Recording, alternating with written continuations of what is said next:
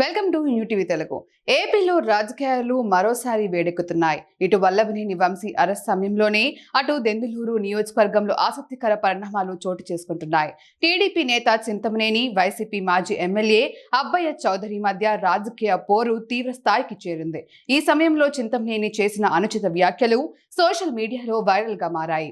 ఈ వ్యవహారం పైన సీఎం చంద్రబాబు ఎమ్మెల్యే చింతమనేనిపై సీరియస్ అయ్యారు. అధికారంలో ఉన్నామని గుర్తుంచుకోవాలని హెచ్చరించారు. ఇదే సమయంలో చింతమనేని చేసిన వ్యాఖ్యలు సంచలనంగా మారుతున్నాయి. దెందులూరులో తాజాగా చోటు చేసుకున్న పరిణామాలు వివాదాస్పదంగా మారాయి. ఒక వివాహ వేడుకకు హాజరైన దెందులూరు ఎమ్మెల్యే చింతమనేని అక్కడ కారు అడ్డంగా ఉంచడం పైన అబ్బయ్య చౌదరి కారు డ్రైవర్ పైన దుర్భాషలాడారు. చింతమనేని చేసిన అనుచిత వ్యాఖ్యలు సోషల్ మీడియాలో వైరల్ అయ్యాయి. దీంతో అబ్బయ్య చౌదరి మద్దతుదారులు ఎమ్మెల్యే చింతమనేనిని వ్యతిరేకంగా ఆందోళనకు దిగారు. ఈ ఘటన నేపథ్యంలో సీఎం చంద్రబాబు సీరియస్ అయ్యారు. పార్టీ కార్యాలయంలో సీఎం చంద్రబాబును చింతమనేని కలిశారు. తాజా ఘటన పైన చింతమనేని వివరణ ఇచ్చారు. చింతమనేని వివరణ విన్న చంద్రబాబు సీరియస్ గా స్పందించారు. తప్పును తప్పని చెప్పడానికి ఎన్నో మార్గాలు ఉన్నాయని చంద్రబాబు వ్యాఖ్యానించారు. కేవలం బూతులు ఒకటే మార్గం కాదని తీరు మార్చుకోవాలని చంద్రబాబు హెచ్చరించారు. ఇదే సమయంలో చింతమనేని ఆసక్తికర వ్యాఖ్యలు చేశారు.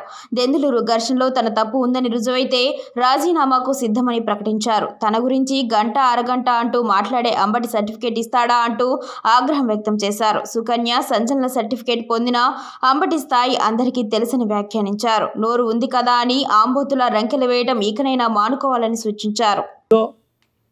మేము పెళ్లికి వెళ్ళాం, శుభకార్యానికి వెళితే మమ్మల్ని ఇబ్బంది పెట్టేశారు, మా మీద కేసు పెట్టేశారు. ఊరికి శుభకార్యానికి వస్తే ఇబ్బంది పెట్టడానికి మేము ప్రజల్లో తిరగట్లేదా? మేము వెళతలేదా? నీతో పాటు మిగిలిన పార్టీ వాళ్ళు, మేము ఓడిపోయినటువంటి మీ కొలీగ్స్ అందరూ వచ్చారు కదా, ఎవరికే లేదు, నీకే ఎందుకు వచ్చింది ఆ సబ్జెక్టు? నిన్ను నన్ను పెళ్లికి పిలిచాడు. యాక్చువల్గా నన్ను పెళ్లికి పిలిచినోడు నీ పార్టీ వాడే. నేను వచ్చా పెళ్ళి ఎవరైతే నిన్ను నన్ను పిలిచారో అతన్ని అడుగుదాం. నీది తప్ప మాది తప్ప? నాది తప్పు అంటే నేను ఇప్పుడే రిజిగ్నేషన్ ఇచ్చేస్తా స్పీకర్ గారి దగ్గరికి వెళ్ళి. నేను ఇంకా అసెంబ్లీకి రాను ఈ పీరియడ్లో. నీది తప్పు అంటే నువ్వేం సమాధానం చెప్తావు? పైపెచ్చు గుడివాడ ఎమ్మెల్యే గారు వచ్చాడు, వెనుగళ్ల రాము గారు, హైదరాబాద్లో ఆనందరావు గారు, అమలాపురం ఎమ్మెల్యే గారు వచ్చాడు. వాళ్ళందరూ కూడా అక్కడ ఉన్నారు. పైపెచ్చి ఏమంటున్నావు? వాళ్ళందరూ నన్నే తప్పుపట్టారు అని నువ్వు చెప్తున్నావు. వాళ్ళిద్దరితో చెప్పించు, టీవీలో మీడియా ముందు చెప్పించు. నీ తప్పో నా తప్పో ఏం జరిగిందో పెళ్లికి పిలిచినట్టుతో చెప్పించు. నువ్వు చలమశెట్టి రమేష్ గురించి చెప్తున్నావు. చలమశెట్టి రమేష్ గారు జనసేన నాయకుడు, ఆయనతో చెప్పించు నీ తప్పో నా తప్పో. అంబటి అడుగు రమేష్ గారిని, ఎవరు తప్పో, ఎవరు తాగొచ్చారో, ఎవరు అక్కడ ప్రలాపాలు చేశారో, ఎవరు గొడవకి కావాలని పెట్టుకోవడానికి ప్రయత్నం చేశారో. నిజమే, కారటం పెడితే దుర్భాషలాడా. తప్పని పరిస్థితుల్లో ఎందుకు ఆడాల్సి వచ్చింది అంటే, నువ్వు కారటం పెట్టించి నువ్వు గొడవ పిలుస్తుంటే, అబ్బాయ్యా నువ్వు కాబట్టి మగవాడు రా, నువ్వు పెళ్లి కాడి నుంచి వెళ్ళిపోయిన తర్వాత నేను వెళ్తాను అని పక్కన నుంచోనా?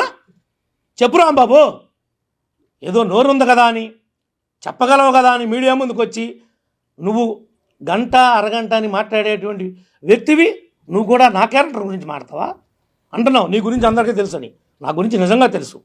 నేను ప్రజల కోసం పాటుపడతానని, కష్టపడతానని, ఆవేశపడతానని, తొందరపాటు ఉందని అని ఈ రాష్ట్ర ప్రజలందరికీ తెలుసు.